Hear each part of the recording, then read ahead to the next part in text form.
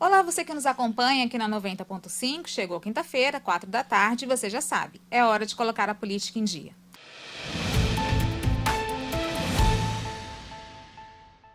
E hoje aqui comigo a vereadora de Vitória, Camila Valadão, do PSOL, que foi eleita aí como a segunda vereadora mais votada na capital, né? Veio conversar aqui com a gente um pouquinho sobre o mandato, articulações partidárias, eleições de outubro. Boa tarde, Camila. Seja muito bem-vinda ao nosso estúdio da Jovem Pan News Vitória. Muito obrigada por ter aceitado o nosso convite. Boa tarde, Fabiana. Boa tarde a todos que nos escutam. Eu que agradeço a oportunidade de vir aqui falar um pouco dessa nossa trajetória política e contribuir para o alto debate político no nosso estado. Camila, no próximo domingo você lança, né, a sua pré-candidatura a deputada estadual. Você está aí no seu primeiro mandato como vereadora e vai se lançar aí a um cargo à Assembleia. Por que disputar a Assembleia agora? Fabiana, essa pergunta ela é muito importante porque ela dialoga um pouco com a nossa trajetória política. É importante ressaltar que essa não é a primeira eleição que eu disputo para a Assembleia Legislativa. Fui candidata em 2018, naquela ocasião eu tinha saído inclusive de uma eleição já no ano anterior, na eleição anterior na cidade de Vitória, em que eu fui a quinta mais votada e não entrei naquela ocasião aqui na cidade de Vitória em virtude do coeficiente eleitoral. Então, em 2018, a gente foi de novo para a disputa política falando, agora vai. Não deu de novo em virtude do coeficiente. Bom, falo dessa trajetória porque a gente já vem há bastante tempo disputando eleição, sempre mantendo uma linha política ideológica que, na nossa avaliação, tem a ver com a nossa coerência política. A partir dessa coerência, nós conquistamos o mandato na cidade de Vitória como a segunda mais votada e falamos, bom, vamos ou não vamos para a Assembleia, né, nesse contexto das eleições de 2022. Mas a gente tem refletido muito dentro do nosso partido, com os diversos setores que a gente tem dialogado na sociedade, sobre a importância de ocuparmos todos os espaços e termos bancadas fortes tanto nas assembleias estaduais quanto no Congresso Nacional. Então, é a partir desse diálogo que a gente foi refletindo e decidimos lançar a nossa candidatura para a Assembleia esse ano. Pelo que eu entendi, você é a grande aposta, né, do PSOL para as eleições deste ano. Se eu não me engano, tem mais ou menos 16 anos que o PSOL perdeu a sua cadeira, acho que foi com Brice, né? Exatamente. A Brice Bragato, ela saiu em 2006, se eu não me engano. A Brice, na verdade, ela foi eleita no PT, então ela sai do PT em 2005, acho que esse é o ano exato, e depois disputa a Assembleia já estando no PSOL. E aí ela não foi reeleita. Então o PSOL acabou ficando com uns 2 anos de mandato, aqueles 2 anos finais do período entre que Brice saiu, com aquele mandato que era originado do PT, até a partir do momento ela disputando a eleição já pelo nosso partido. Então, de fato, durante todos esses anos, toda essa trajetória de 2015 para cá, esse é o primeiro mandato do PSOL no Espírito Santo, nosso aqui em Vitória, juntando todas as câmaras municipais no Espírito Santo. Então, essa aposta do nosso partido, inclusive, tem a ver, como eu disse, com essa trajetória. Então, veja, eu já venho sendo candidata pelo partido há muitos anos e também com os nossos compromissos, digamos assim, com as pautas e com o programa político partidário. Embora eu tenha ficado entre as mais votadas em anos anteriores, eu não saí do partido. Eu me mantive no partido pela minha afinidade política mesmo, programática.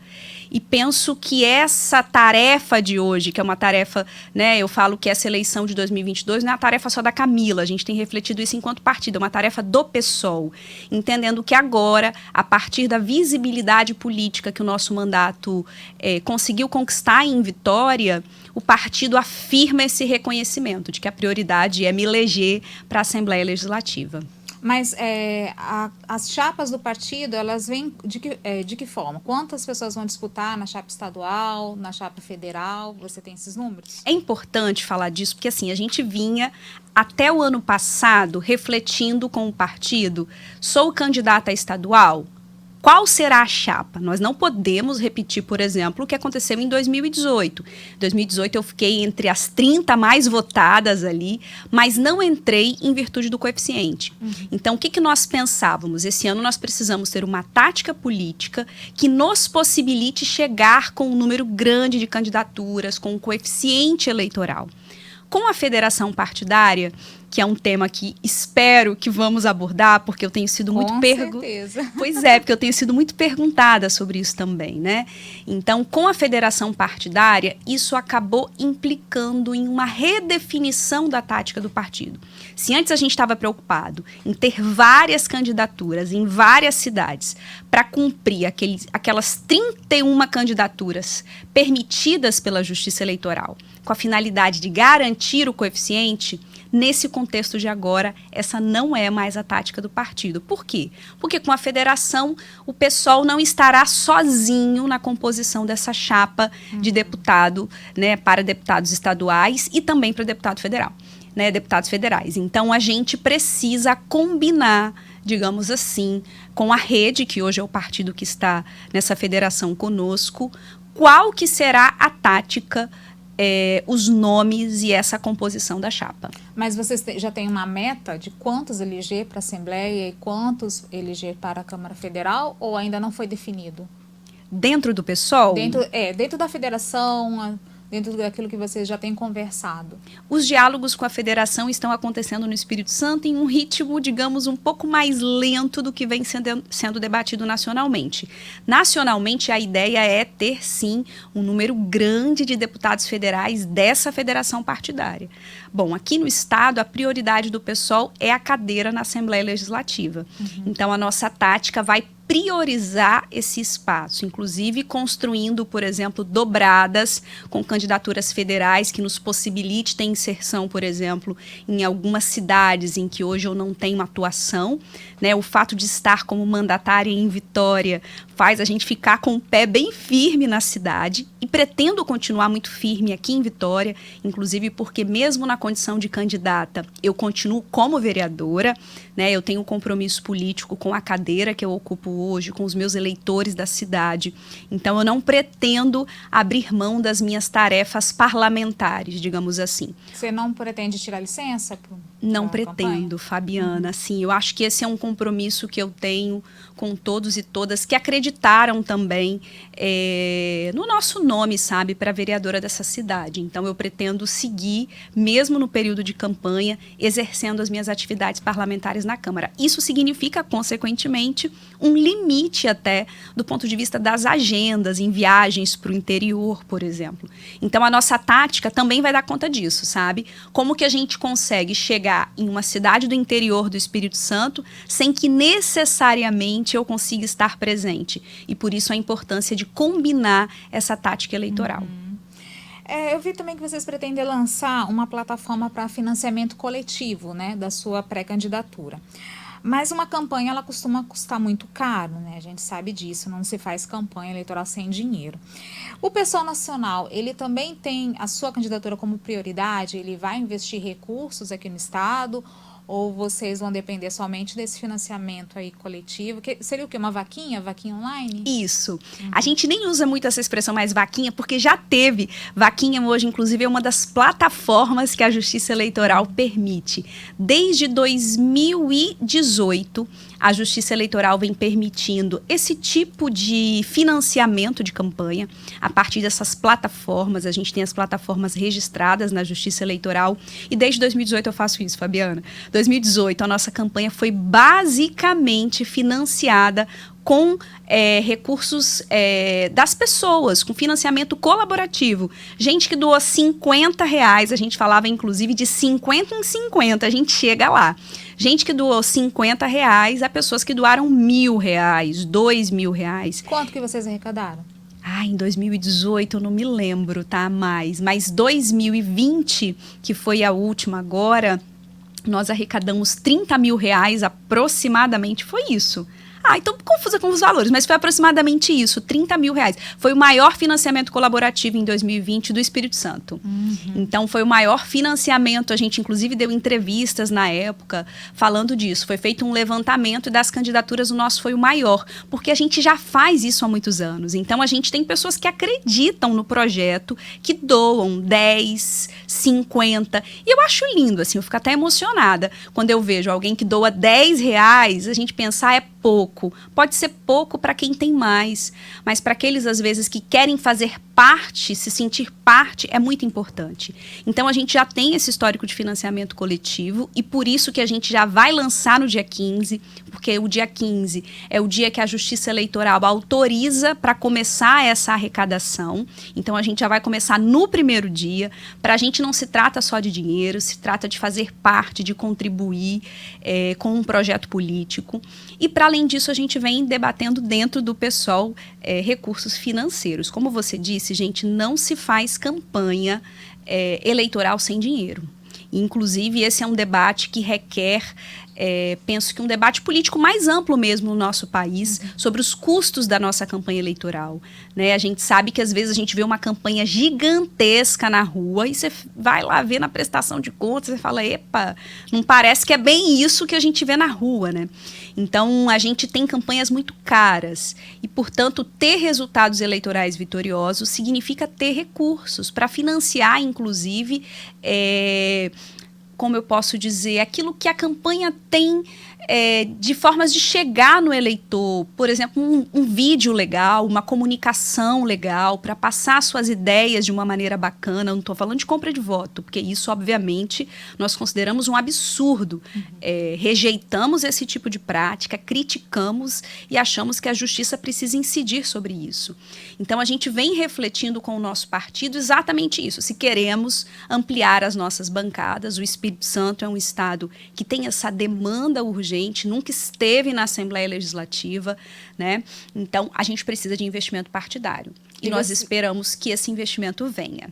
Mas ainda não tem a garantia, né? Ainda não tem a garantia. Nós teremos representação da direção partidária do PSOL na próxima semana no Espírito Santo e a gente quer incluir a nossa candidatura dentro das candidaturas prioritárias do partido nacionalmente. O que isso significa? Mais recursos, mais investimento financeiro e, obviamente, significa também mais capacidade de chegar ao eleitor e a eleitora, né? Porque a gente consegue ampliar mais essa campanha. Camila, falando sobre a federação, né? Nacionalmente, o PSOL fechou com a rede uma federação que, né, nosso ouvinte já sabe, é aquele casamento de 4 anos, né? E essa federação ela tem que ser replicada nos estados. O que você achou? Foi uma decisão acertada? Isso para o seu partido é bom, é positivo? Qual que é a sua avaliação sobre essa federação? Foi um casamento arranjado, sem diálogo com as partes, no caso do Espírito Santo, nos moldes daqueles casamentos de antigamente. Na delegacia. Quase isso. Tô brincando, assim, mas de fato nós, enquanto PSOL Espírito Santo, fizemos muitas críticas à direção nacional, à forma como conduziu o debate da federação. Nós achamos que principalmente os estados, onde nós temos, por exemplo, como é o caso do Espírito Santo, candidaturas ao governo previamente colocadas, esse debate deveria ter sido feito com maior proximidade, com maior contato. Não foi o que aconteceu no caso do Espírito Santo. Esse foi um debate nacional, de cima para baixo, que obviamente teve consequências que a gente está tentando, digamos assim, resolver e tratar no âmbito do nosso estado. Então, a federação, como você menciona, Fabiana, ela é um casamento por 4 anos. Esse casamento ele pode findar em 4 anos ou ele pode ser perpetuado, nós ainda não sabemos. Mas esse casamento tem implicações concretas na vida daqueles que estão ali, assim como é um casamento, sim, né? Assim obviamente. Um casamento. Então, significa que nós teremos que ter uma tática única para a disputa eleitoral, tanto essa quanto as eleições municipais de 2024, significa que nós teremos que ter as mesmas candidaturas ao governo, ao Senado, que são os cargos do Executivo. vamos ter que negociar como é que vai ser a composição na chapa proporcional. Então, o fato disso ter sido decidido de cima para baixo trouxe consequências para o Estado, porque, como eu dizia, o pessoal já vinha amadurecendo uma tática. A tática era priorizar a chapa de deputado estadual, né, deputado e deputada, para a gente tentar chegar à Assembleia. Mas a ideia do partido era também ter uma candidatura ao governo. Dentro desse acordo da Federação Nacional, a Rede e o PSOL negociaram que no Espírito Santo e no Amapá a Rede teria candidatura ao governo. Então, veja, a candidatura, né, da Rede hoje aqui ao governo esteve dentro das tratativas nacionais. Então, quando a federação chegou para nós, já estava colocado, já tem a candidatura ao governo. Já estava costurado, né? Exatamente. Então, dentro desse acordo nacional, já foi previamente estabelecido que nesses 2 estados a Rede teria candidatura ao governo. E aí, como que vai ser feito aqui? Porque, como você mesmo falou, não foi conversado. Eu já falei com algumas lideranças do PSOL, há uma resistência. Mas vocês, por fim, vão apoiar a candidatura ao governo do Aldifas? Aí, quando eu digo apoiar, eu estou me referindo a pedir voto, declarar apoio publicamente, subir no palanque, sair lá no material casado, abraçadinho. Vai ter isso? Pois é, a gente ainda está em processo de diálogo, né, com a Rede aqui. Como eu disse, o diálogo ele começou tardio, em virtude desse processo de construção da nossa direção nacional. A gente tem refletido, inclusive, com a direção, a importância da direção nacional estar aqui para a gente conseguir tratar desses acordos. O nosso partido tem diferenças com o Aldifas, eu posso falar isso com muita tranquilidade. Eu já dialoguei, inclusive, com o Aldifas algumas vezes e todas elas com muito respeito. As nossas diferenças com o Aldifas não são diferenças individuais, tem a ver com as nossas diferenças partidárias.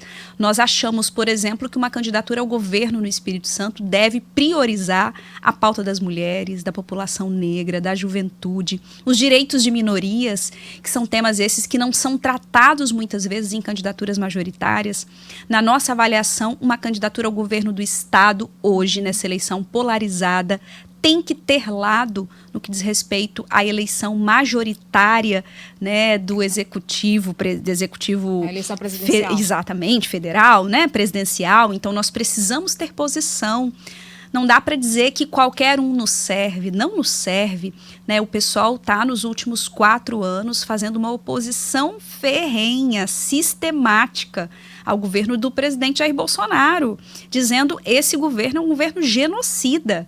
E nós entendemos que uma candidatura ao governo precisa ter lado diante do genocídio em curso no nosso país nos últimos 4 anos. Então, esses são temas centrais para nós e é com base nesses temas que a gente vai para esse diálogo com a Rede. Esperamos, obviamente, contar com a participação da direção nacional do PSOL, exatamente porque essa direção esteve tratando também com a Rede nacionalmente. Então, eu prefiro dizer que hoje nós vamos dialogar com a Rede sobre qual será a nossa posição em relação ao governo. Tem o debate ao Senado também que está colocado. O pessoal tem debatido a importância de termos a candidatura ao Senado. Nós sabemos que esse não é um tema que tem sido tranquilo para a Rede, por exemplo, e a gente pretende continuar debatendo acerca desses temas. O pessoal quer indicar um nome ao Senado? Sim, sim. O pessoal reivindica indicar o nome ao Senado exatamente como possibilidade da gente colocar esses debates políticos programáticos. Né? Então, a gente entende que esse seria um espaço importante para a gente também conseguir colocar as nossas posições. Né? A gente sabe que a candidatura ao Senado tem diferenças da candidatura ao governo, mas tem um protagonismo também importante. Né? E nessa candidatura, nesse cenário do Espírito Santo, em que a gente viu as últimas pesquisas, a gente acha fundamental ter uma candidatura de esquerda que tenha como temas centrais esses eixos que eu falei aqui, o compromisso com setores historicamente oprimidos, um posicionamento nítido em relação ao desgoverno de Bolsonaro.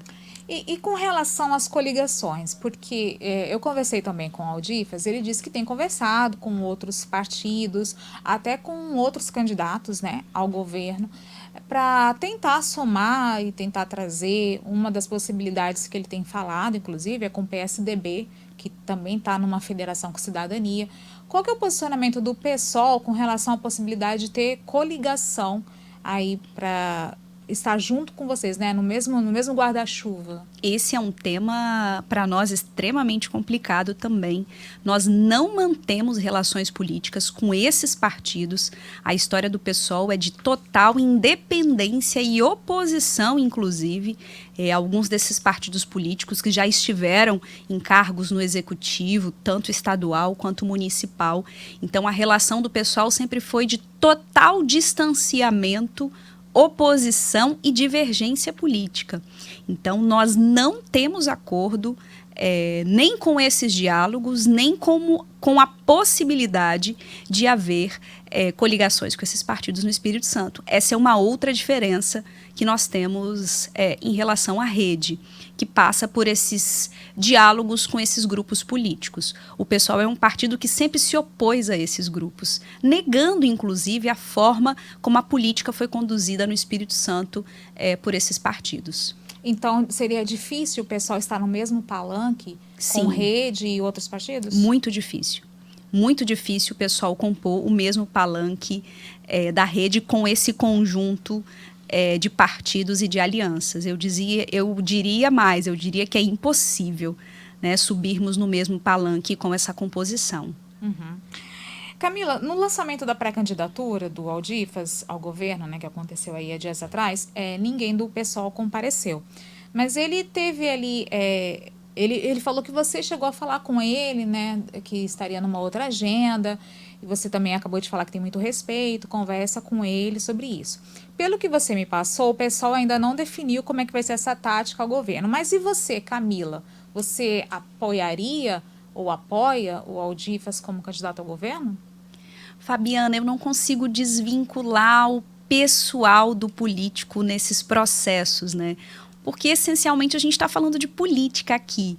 Então, eu, Camila, não tenho como apoiar individualmente o Aldifas se há todas essas diferenças, tanto com as alianças quanto com a plataforma política.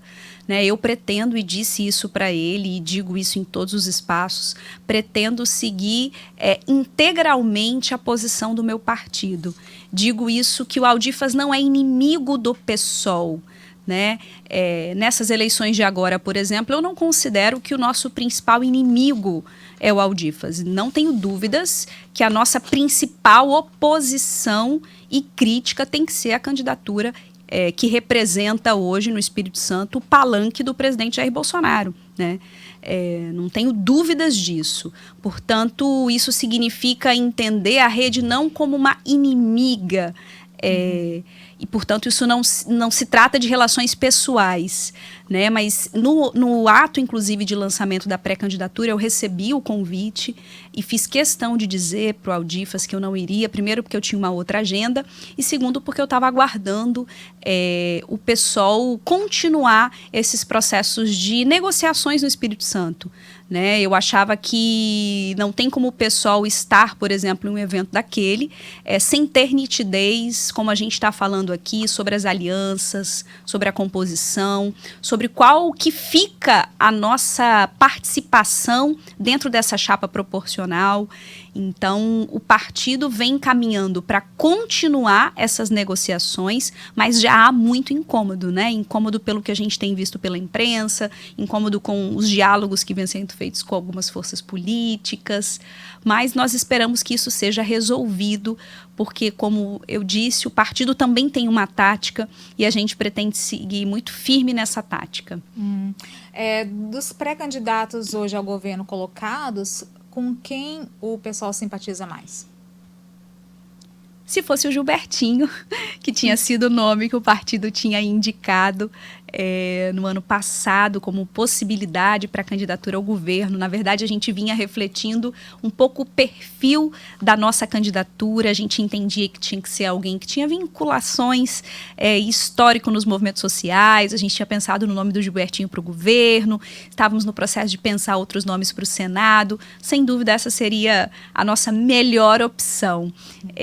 Mas essa opção possivelmente não estará colocada em virtude dessa federação, o que vai exigir de nós pensar como que o pessoal se posiciona. Né? A gente decidiu postergar um pouco mais esse posicionamento do partido em relação ao cargo do executivo do governo do estado, exatamente porque a gente está ainda finalizando, digamos assim, tentando chegar a alguns acordos. E tem data para sair essa definição?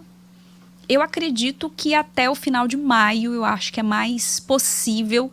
A gente tem uma vinda da direção nacional do partido aqui na próxima semana, no dia 18. Nesse dia, nós esperamos avançar em alguns temas e tentar acumular aí até o final de maio. Como que o pessoal vai se posicionar em relação à candidatura ao governo, né? Para quem que vai pedir voto, como que estará a nossa participação. Fabiana, é importante a gente falar também que tem muita indefinição no Espírito Santo. Essa foi uma outra reflexão que nós fizemos, assim. E o pessoal ainda não indicou, não é só porque o pessoal está confuso, é porque o cenário ainda está muito indefinido, né? Nós temos os prazos de federação partidária que está findando agora, no final de maio. A gente ainda tem candidaturas que aparentemente não devem continuar, né, pré-candidaturas colocadas, que podem ser que sejam retiradas ainda. Então, a gente ainda está avaliando o cenário como muito nebuloso para um posicionamento político nosso ainda acerca desse tema, já que não temos candidatura própria. A candidatura própria seria aquela que seguramente expressaria melhor a nossa plataforma política, né? Mas, não estando colocada, vai exigir de nós alguma posição. Pretendemos tomar essa posição em breve. Nacionalmente, o PSOL fechou o apoio ao ex-presidente Lula, né, para as eleições presidenciais. Ele também é o seu candidato?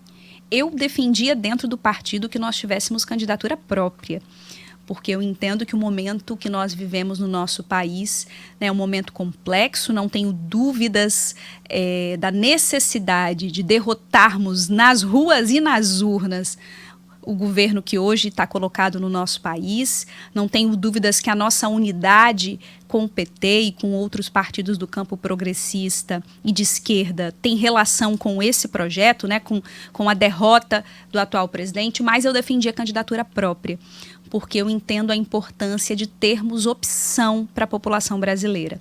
Vencido esse debate, né, a minha posição foi derrotada dentro do PSOL, eu vou seguir, sim, aquilo que é a posição do meu partido, vou votar no presidente, né, na candidatura, hoje pré-candidatura e futura candidatura, se até lá se concretizar, parece que sim, do ex-presidente Lula, vou pedir voto, vou cumprir à risca a decisão partidária.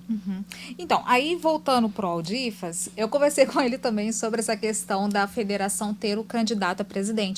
E ele disse que, não só ele, mas o porta-voz nacional da rede que esteve aqui no lançamento dele, disse que ele tem essa autonomia de não vincular a candidatura dele a um projeto nacional, de não...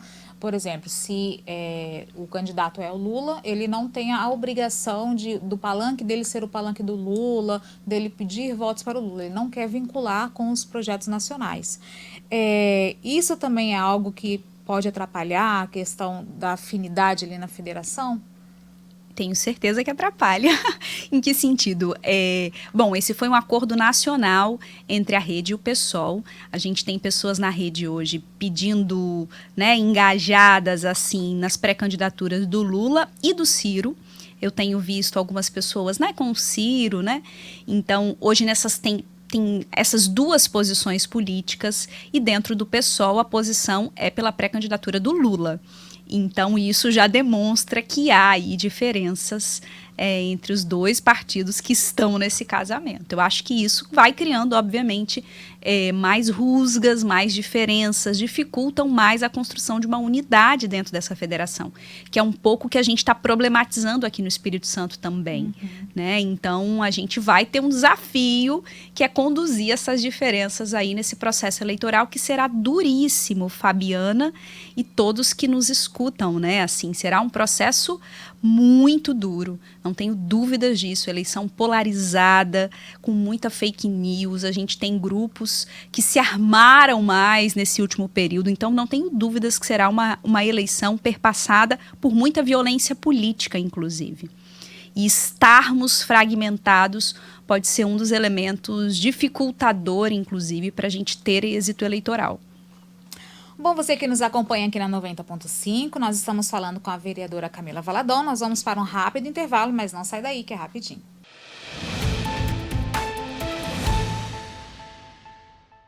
Voltamos com De Olho no Poder, aqui com Fábio Totti, seu programa para colocar a política em dia. Hoje aqui comigo a vereadora de Vitória, Camila Valadão, que já falou aí um pouquinho sobre a federação com a rede, sobre a sua pré-candidatura à Assembleia, as decisões nacionais que o partido tem tomado.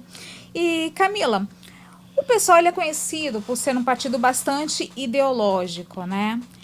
E que falta muitas vezes pragmatismo. Isso é considerado por uns como uma crítica, outros como uma virtude.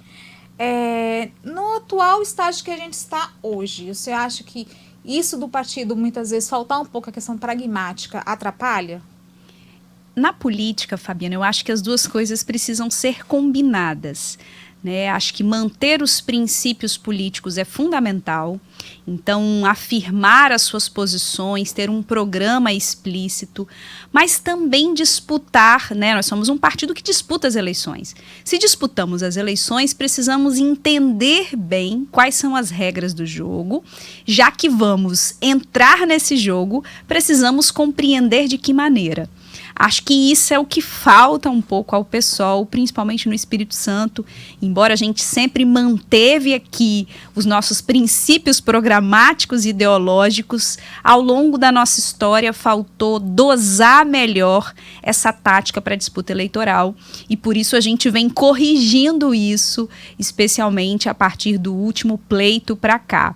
Então, que a gente não possa... que a gente possa disputar a eleição mantendo aquilo que é princípio, mas entendendo bem quais são essas regras do jogo, criticando essas regras como a gente sempre fez, mas para que a gente possa também ter vitórias, como por exemplo as vitórias no parlamento, que para nós são espaços importantes de disputa política, de firmar as nossas bandeiras. Então acho que esse... um pouquinho de cada, assim, você diz, Penso né? que sim. Um equilíbrio maior nessa questão. Exatamente, um equilíbrio maior. É importante a gente falar que nós temos partidos, por exemplo, ideológicos, que não disputam a eleição. Isso é legítimo. No caso do PSOL, não. A nossa trajetória é combinando esse perfil programático ideológico com a participação nas eleições. Então, isso exige de nós um esforço crítico maior de combinar as nossas táticas para aquele contexto eleitoral vinculado a uma estratégia política mais ampla. No espectro político, como que vocês se posicionam? Porque há alguns analistas políticos que colocam o PSOL na esquerda, outros que colocam mais como extrema esquerda. E quais as principais bandeiras do partido hoje? Depende da perspectiva política. Eu colocaria o PSOL na extrema esquerda, se comparado, por exemplo, a alguns partidos que hoje vêm se afirmando como esquerda, né? Então, nós estaríamos, de fato, numa extrema esquerda, exatamente porque defendemos uma ruptura radical com esse sistema econômico e político que nós vivemos.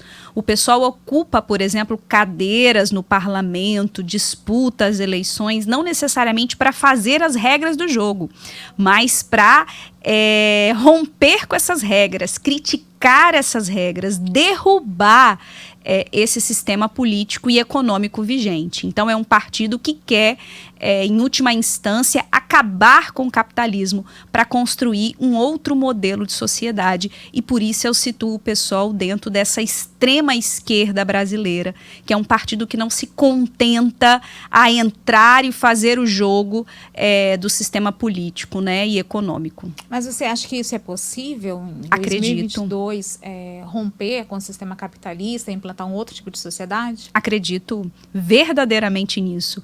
O capitalismo não é um único sistema, um único modo de produção econômica e social. Esse sistema vigente tem um pouco mais de 100 anos. Então, a gente está falando que ao longo do nosso processo histórico, nós já tivemos outras formas de organizar a economia e a vida em sociedade.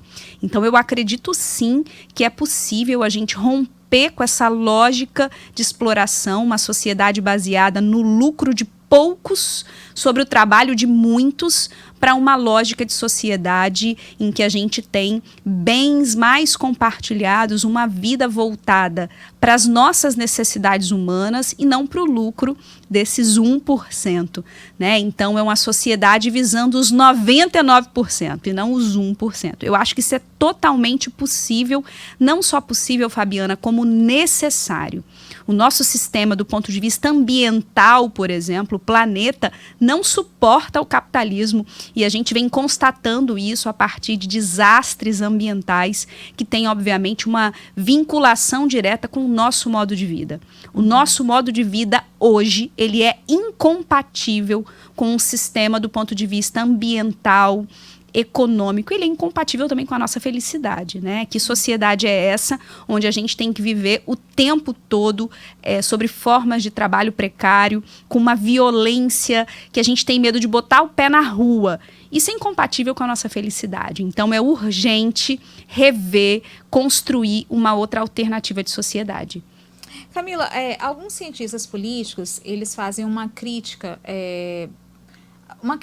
mais generalizada aos partidos de esquerda, quando eles tentam explicar aí a ascensão do bolsonarismo, principalmente nas periferias, né? Eles falam que muitos partidos de esquerda ao longo aí dos últimos anos se afastaram das principais pautas, né, dos principais debates do povo mais simples, né? Daquilo que realmente importa para eles. Eu queria saber a sua opinião sobre isso, se realmente os principais partidos de esquerda se afastaram desse debate, estão tentando retomar, e isso acabou criando aí um vazio onde o bolsonarismo foi implantado, e o que os partidos têm feito para reocupar esse espaço? Essa é uma análise importante, mas eu considero ela insuficiente para a gente pensar o bolsonarismo no nosso país.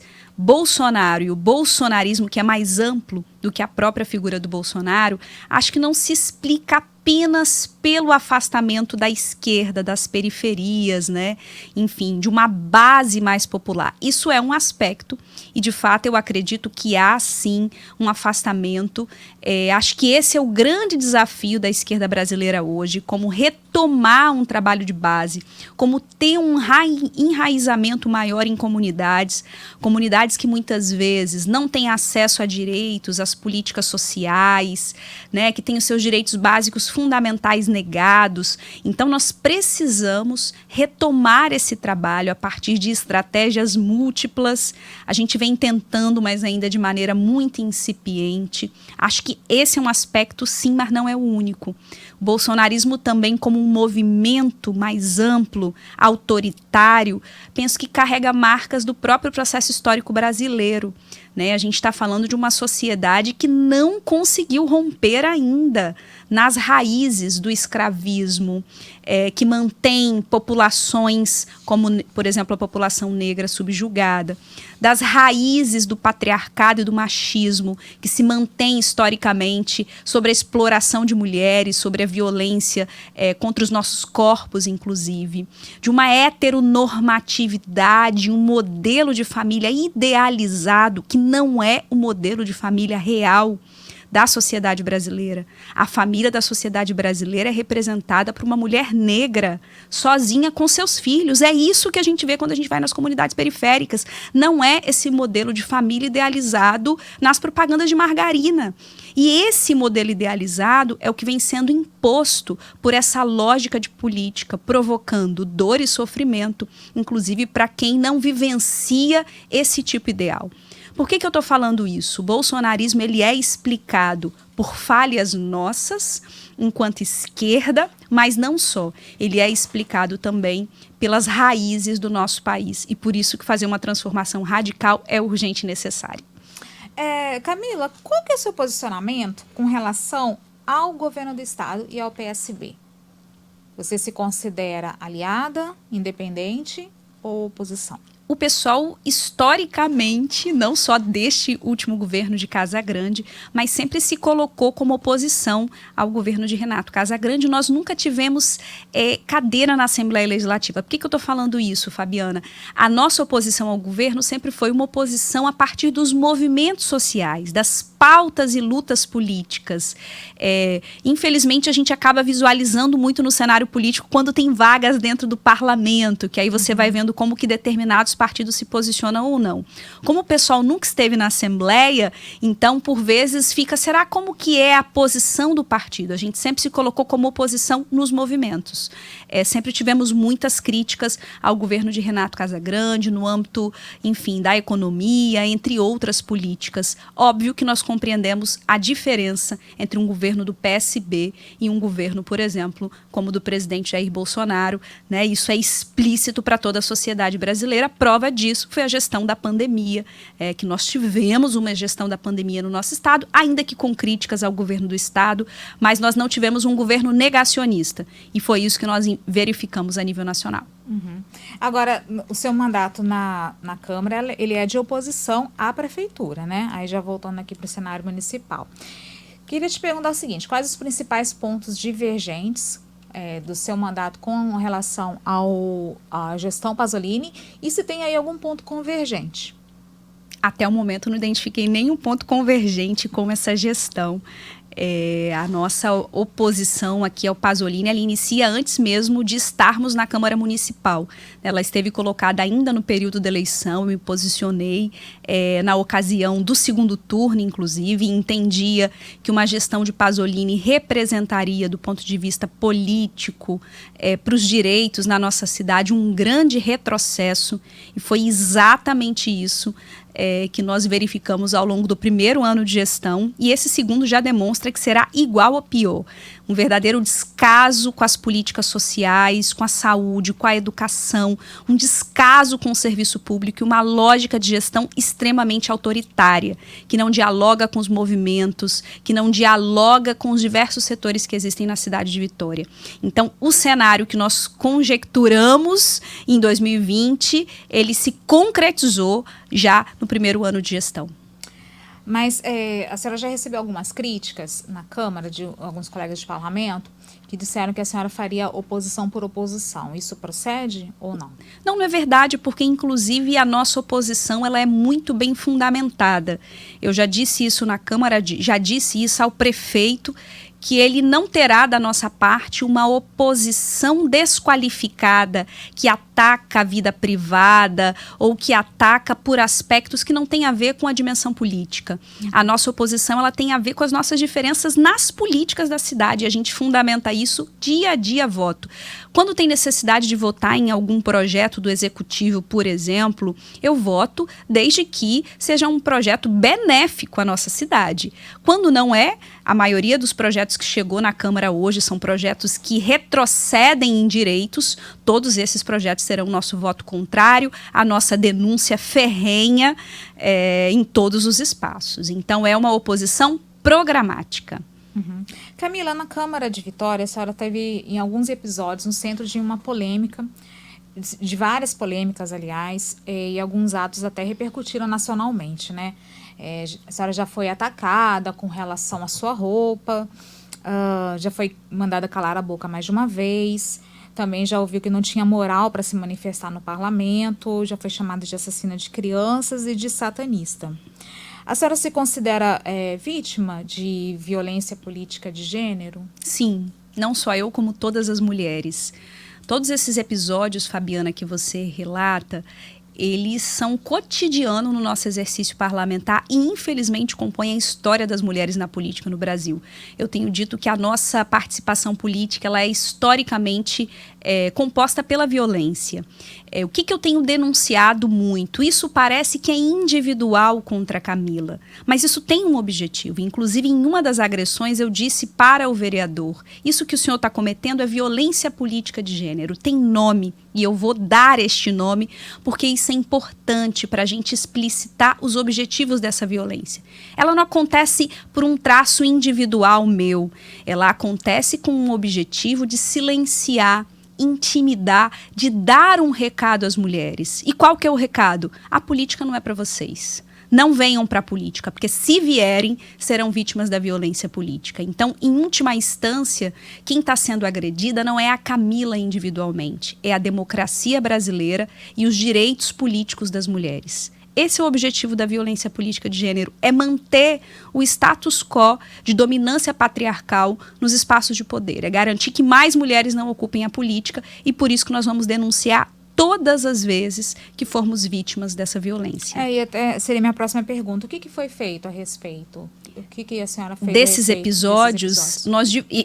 É engraçado falar disso, né? Triste, na verdade, porque as pessoas falam, nossa, mas você só fala disso. E eu menciono, não, eu não denuncio nas redes sociais publicamente 1/3 do que nós vivenciamos nesse cotidiano. Nós explicitamos apenas os casos mais evidentes e mais graves. Isso é muito triste de ser dito.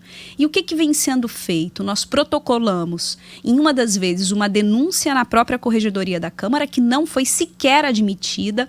Recentemente, o meu partido protocolou uma nova denúncia e nós também denunciamos no Ministério Público, além, obviamente, de mobilizar a sociedade para que faça esse debate político. A violência política de gênero, ela precisa responsabilizar, as instituições precisam responsabilizar os atores dessa violência, os agentes que praticam, mas o Estado ele não pode ser omisso. Então, uma das coisas que a gente tem cobrado é exatamente isso, que as instituições não sejam omissas no seu papel de prezar pelos direitos democráticos das mulheres. Então, que as instituições precisam agir, porque se elas não agem, elas também são parte dessa violência. Depois dessas denúncias que a senhora fez, os ataques pararam? Alguma coisa mudou? Fabiana, nada mudou. Talvez muda quando o vereador não está...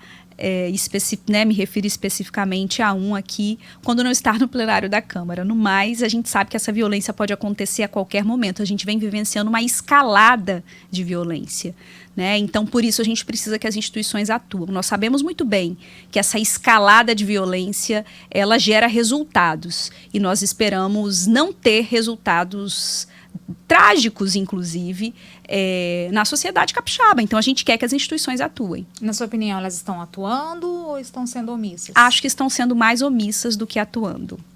Uhum. Esse é um dos motivos também que a senhora quer migrar da Câmara para a Assembleia?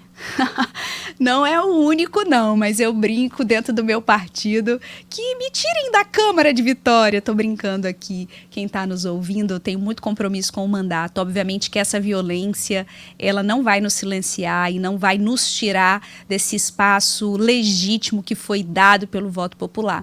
A nossa ida para a Assembleia, esperamos chegar lá, tem a ver com a compreensão de que é necessário ampliar as bancadas combativas de esquerda nas assembleias legislativas e também no Congresso Nacional.